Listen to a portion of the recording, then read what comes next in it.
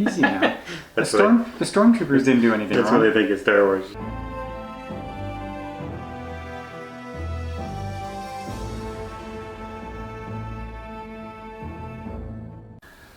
Hi everybody, welcome back to Critical Mass. Well, I didn't like our video that we were making on the spoilers review because there's so many things I wanted to say and there's so many bad things about this movie that it was bubbling over. So I decided I'm going to give you my top reasons why I disliked Rise of Skywalker. And Paul, who's happy-go-lucky and sees the bright side of everything, is going to have a chance to debate me on each point if he feels that it needs some debating. Okay. And even if it doesn't, maybe I'll be devil's advocate. Devil's advocate. But you have to have some conviction in it. Well, we'll see. We'll see. So, yeah, top 10 reasons why I hate it. Hate it? Strongly disliked The Rise of Skywalker.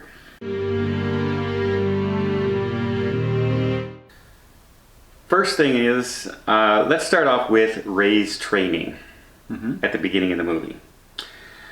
We see Rey running around and doing flips and ode back to the original Star Wars. Well, okay, so wait, before we do this, if you didn't catch the title, this is obviously going to have spoilers in it.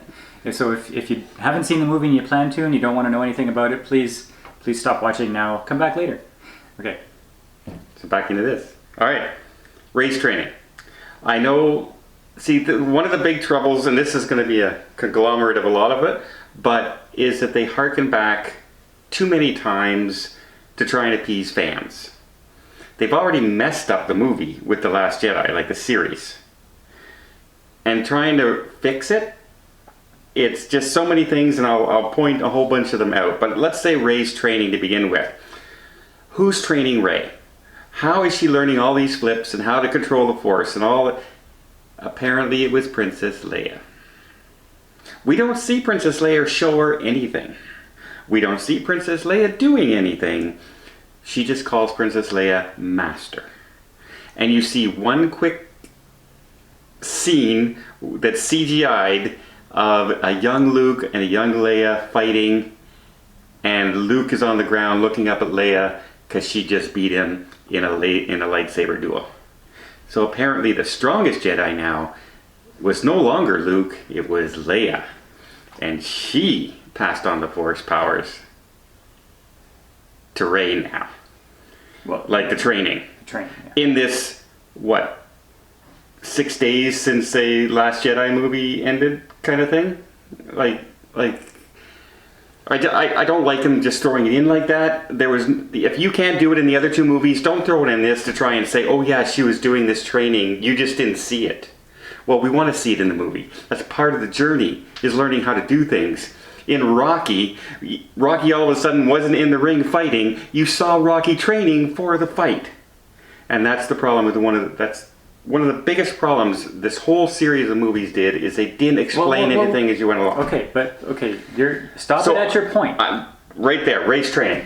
Okay. I did not like the fact that they just threw it in there to try and appease us. Okay, so I think there are two reasons why they had to do this. They had to do this because everybody's complaining that Rey's too powerful, and it's not too late in her development. She's just still a young Jedi, so you can understand that she is going up against an ultimate evil, and she's going to have to want to get better and train and get stronger, because Kylo Ren is still out there. So they had to do something to make her outstanding Jedi powers more reasonable, so they show her training. The last two movies, you kept on saying, how is she so powerful without training? I know. And then to throw it in at the last movie. But they had to. Because they had to, but it was so... But you assume that... It looks so bad. It's the third movie for us, but it's still early in her lifetime, in her That universe, I understand. Right? But as far as the series and the movie is concerned, every single person who sees that training at the beginning of the movie is going, well, thank you for finally giving us training. Yes, okay. But the second reason why they had to do that was because everybody was so upset that Princess Leia did the Superman back to the ship when she was dead in space. Okay, in The Last Jedi. So we have to say, okay, why was she able to do that? Obviously, she had extended force powers, and now we show a little flashback saying, oh, well, now we know that she trained with Luke on how to become a Jedi, like more Jedi-like. Before Luke was a Jedi, by the way. We don't know that. Yeah, because he was too young. What? It was in between. If you look at him when he's training in this movie, He looks young, yes, but he looked young back then. No. What I'm saying is, when you look at the first original 3 movies, it was not at the end when he is full Jedi. At the end, he looks much older. After his real life car accident. No, after his real life growing up. No, you can... That spanned movie decade, so... Oh, you can understand, okay, they're trying to say Luke trained... I know what they're trying to do, it didn't work for me. That's what I'm saying. But I'm saying that they had a couple of loose ends to tie up, and they did it. Oh, they have more than a couple loose ends. Next point. Next point. Palpatine's return. You know why Palpatine returned? Because they had no more bad guys left from The Last Jedi. They killed off Snoke. They made Hux a laughingstock, like a weak... Like, they threw him around in The Last Jedi and made him comic relief. No one's afraid of Hux, who is in the first movie the main general launching Starkiller base and everything. Snoke is there, and because they have Kylo... Well, okay, but we want him to be the good guy at the end. We want that redemption story. So he's not a bad guy, so we can't make him the ultimate bad guy. So they create Palpatine's coming back. They introduce a new general in the fleet and saying that he's in charge, in fact. And they just got basically rid of anything bad, and they just randomly introduce new characters in the 3rd movie. Okay, so are you done? Yeah, go. Okay, there's no arguing that there is no overarching vision for this trilogy. No. There's no arguing that. However, given that they had 1 movie left, Yes. okay, I thought Palpatine coming back was going to be complete cheese. Okay? And I was pleasantly surprised that his presence on screen was, like, awesome. Like, I liked his voice, his presence. It's the original guy. I liked the fact that, again, there were spoilers in this, obviously. Yes. That Rey is a Palpatine, and that's why she has these Jedi powers. I liked how they tied up the loose end about, okay, who is Snoke and why was he so easily killed? Well, you see the answer as you're going into the Emperor's Sanctum when there's a big vat of cloned Snokes kind of percolating there. So I wasn't upset with Palpatine. Yes, we had no idea that this was coming in the 3rd movie, and it's kind of abrupt, but... There was no hint in any of the movies. But it wasn't disappointing to me. By the 3rd movie, you should already know who your main bad guy you're going after is. Yes. In a trilogy. You can't randomly... The movie starts off, here's a big spoiler, with expositional voiceovers from Palpatine saying, I'm back. And then the scroll going across is saying, Emperor Palpatine has reached out with the Force and reached out to the Force users saying that he's back. And that's how we found that he's back. It didn't show up that he's back. There was no hint that he's back. They didn't randomly walk into a place and there he was. They tell you he's back. And that's it. Guys, he's back. Yeah, that was an error in filmmaking 101. You don't tell when you can show it. An error in series making 101 is what this whole thing is about. So let's go off of there. Number 3, all the characters from the last movie were basically useless in this movie. And what I mean by that is Hux. Hux was nothing in this movie, all of a sudden. But he served a purpose. No, he served a purpose as another joke.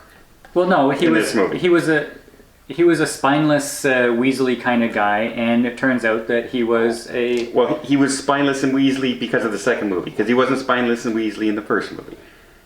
Cool. Was he even in the 1st movie? Yeah, he's the one who launched the Starkiller base. Remember, he's the one doing the speech out front. He's the one who's... Is he? Okay. Yeah. So, no. Rose. Hi, Rose. We're going off on an adventure. Do you want to come? Nope. I got some studying to do. And that's what her role was for the entire movie. Okay, but are you going to say them all and then I do it? Okay, and the Knights of Ren. Everyone's been waiting for the Knights of Ren, and you know what? They put them in this movie. They basically look like something from Mad Max. And they basically had no purpose in this movie whatsoever. They didn't say anything. They had a fight with Kylo at one point in the movie. But other than that, they're just mostly just putting an axe on their shoulder or putting a sword here. And that was their entire role in the movie. All these characters from the other two movies that they hinted about or talked about were useless. And they introduced new characters that we don't care about. Name me one new character in this movie. Their name in the movie. Okay, well, you're asking a guy who doesn't know any names. Like, I forget But names. you remember like Rose. that. I remember. You remember Rose. Kylo. Okay, let me rebut Rose first. Okay. Rose, they had to put her in. Keeping her out would just be capitulating to all the toxic fandom out there.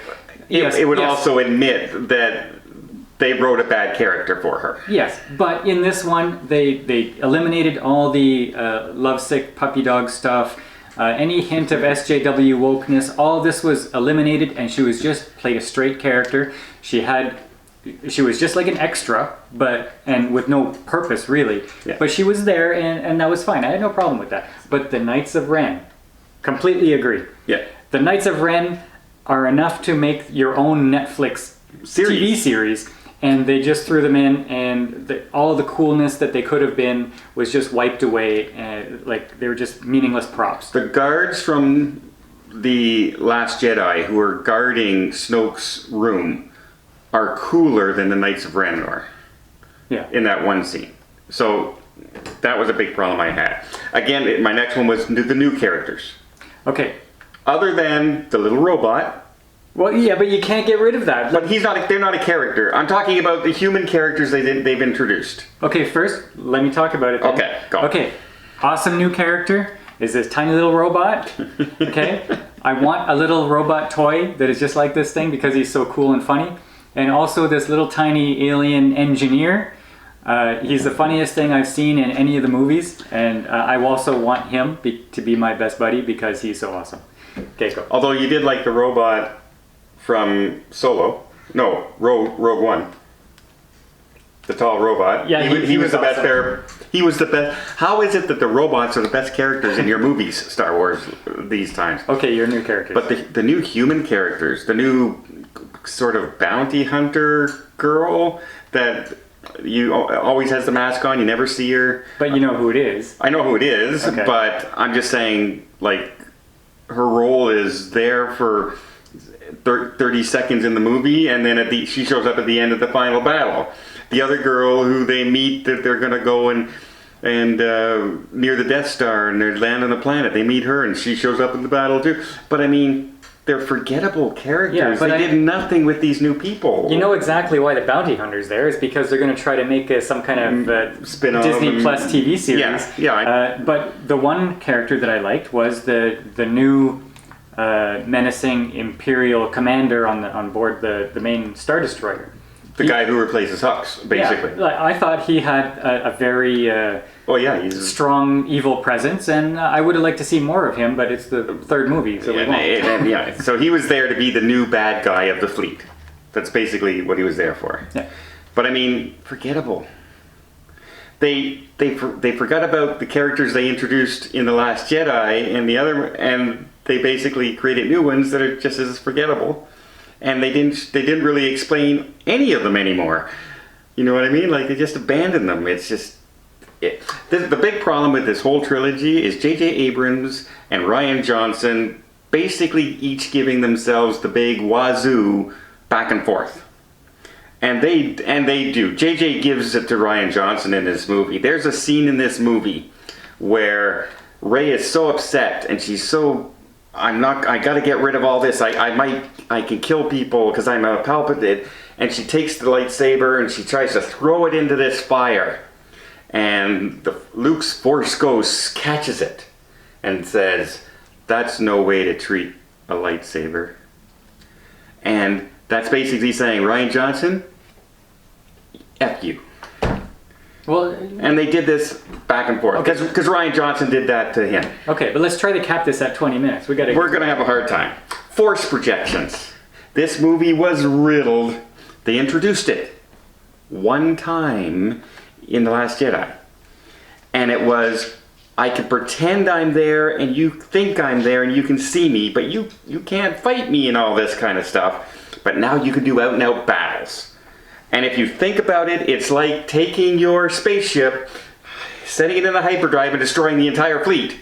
No one's thought of that before? Well, now I can do force projections. And why don't I just, like I said before, drop a bomb down and kill the person I'm going to go and then break the link? Okay, so I have no problem with the force projections. I thought it was a neat thing because I'm wondering, okay, how are Kylo Ren and Rey connected so powerfully with each other? And except each time the force projection gets more intimate and stronger. Them. But I'm wondering why they're connected all the time, because she's not doing it with other people. It's always suddenly between the two of them. The only problem I have is that there's no payoff at the end. There's nothing to explain how they're connected. There's just nothing. No, because if it was just the fact that those two were linked somehow, and it was only those two who had it, maybe it would be more believable. First of all, stop with the you can fight now. That was ridiculous. But the force projection I would be okay with if it was just them. But suddenly Princess Leia can do it. She interrupts a fight and causes him to lose, and that's how spoiler, he gets killed. Spoiler, no he doesn't. Spoiler, yes he does. And Luke does it. So I mean, like, it's not, if they would have made it just them for some reason, there's some connection. Are they sister and brother? Yes. Something like that. But they didn't do it. They messed it up because they don't know how to do stories. So there we go. That's that one. J.J. Abrams, Ryan Johnson, I'm going to just say this, they made different movies. Completely. J.J. Abrams in this movie wrote the second movie and put it in the beginning of this movie to answer what he was doing in this movie.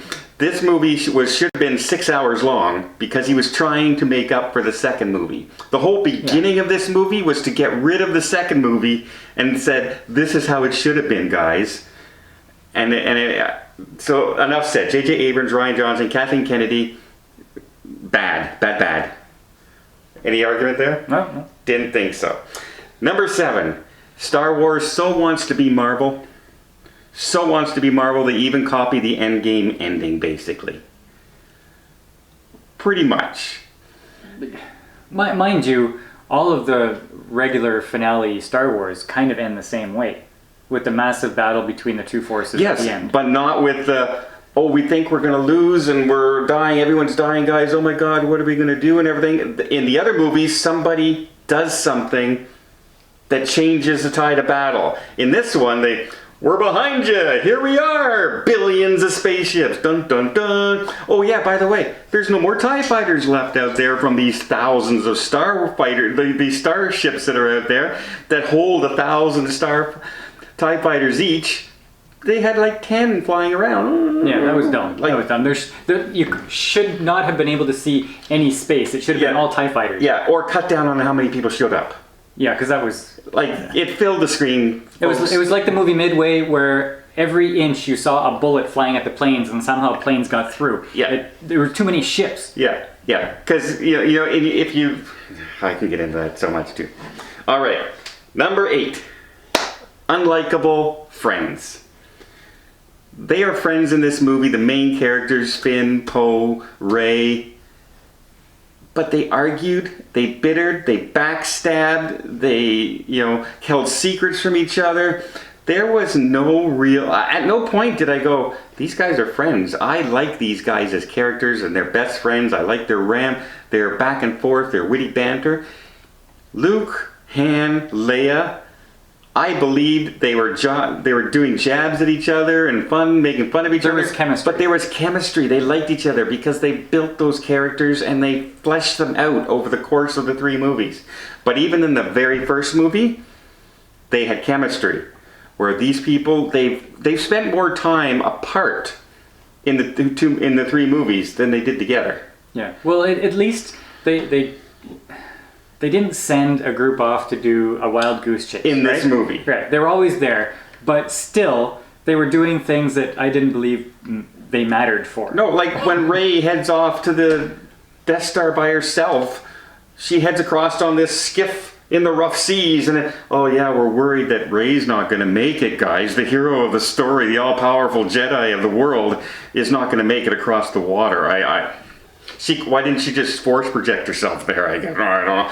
But, okay, but listen. They're not watching a Star Wars movie. They're in the movie. They don't know she's the all-powerful hero. No, but here's my point. Here's my point of that. She sneaks off and basically tells Finn and Poe, I'm leaving. She takes off without telling them. They were planning to go there together, and she just takes off, because there's no link, there's no friend.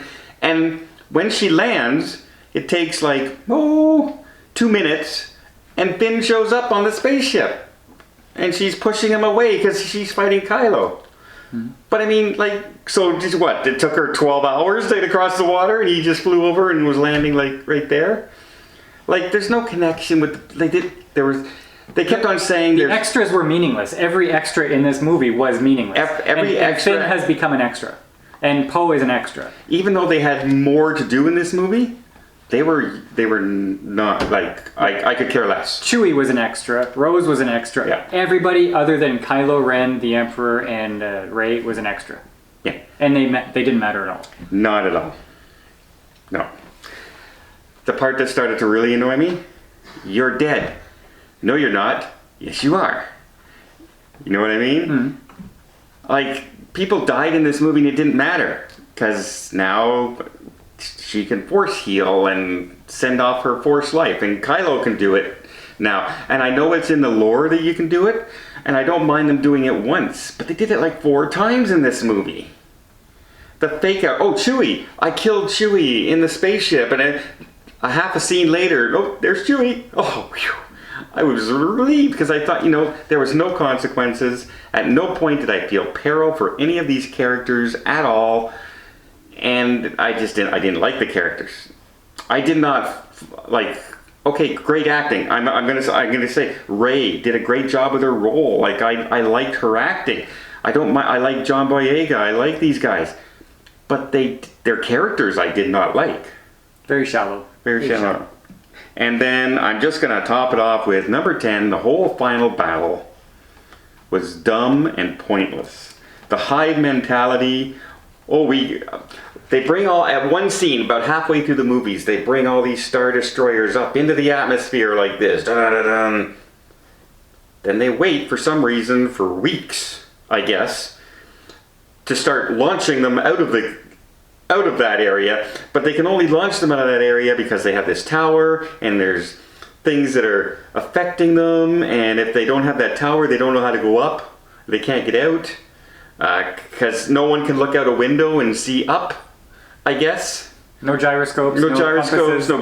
No one can go up and then we can follow that ship and follow that ship. It's impossible, guys. It's impossible. And then the whole, J.J. Abrams goes, oh, Rian Johnson, you think you had space horses in The Last Jedi? I'm going to show you space horses. I'm going to have my guys attacking on space horses. It was dumb. The whole ending, I visually pretty, but nonsensical, dumb, boring. They came in with about 30 ships to attack 1,000 Star Destroyers. I saw literally 30 blowing up in a 30-second scene that they showed from a window.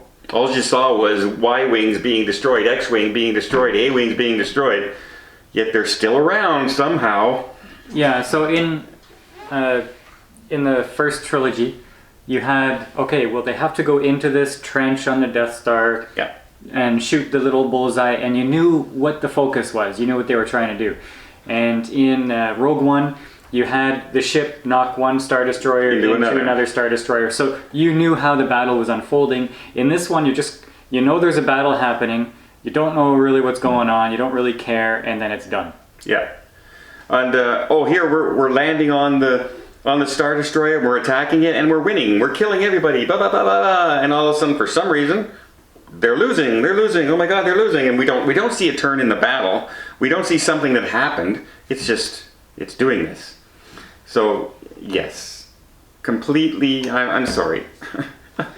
I so love Star Wars. It's my childhood for movies. It's what made me become a movie fan. And Disney has totally crapped the bed when it comes to the new And movie. obviously they know it. Yes. Because they see the success of The Mandalorian, and they see the toxic fandom out there for the movies, and they're saying, we're not going to repeat this. Well, I know they're saying that. we're going to have to see what they do with... I know they've already taken Kathleen Kennedy and promoted her and brought in somebody else in charge of Star Wars right now and all the merchandising and the movies and all that kind of stuff, just so they can take her away from the actual development of Star Wars now, because she's totally crapped the bed. Yeah. With this series. She's a tumor. You got to get rid of her. Promote her out of the problem, and then bring in somebody who knows how to do Star Wars properly. She has 2 years left on her contract because they reassigned it after The Last Jedi because they couldn't admit they were wrong. Well, guess what? This movie was your lowest opening weekend of the trilogy. It's gone down every single movie now you've opened. And your last excuse was toxic fandom, not bad writing. And then you started to say, oh, it's because we're bringing out too many Star Wars movies in 1 year.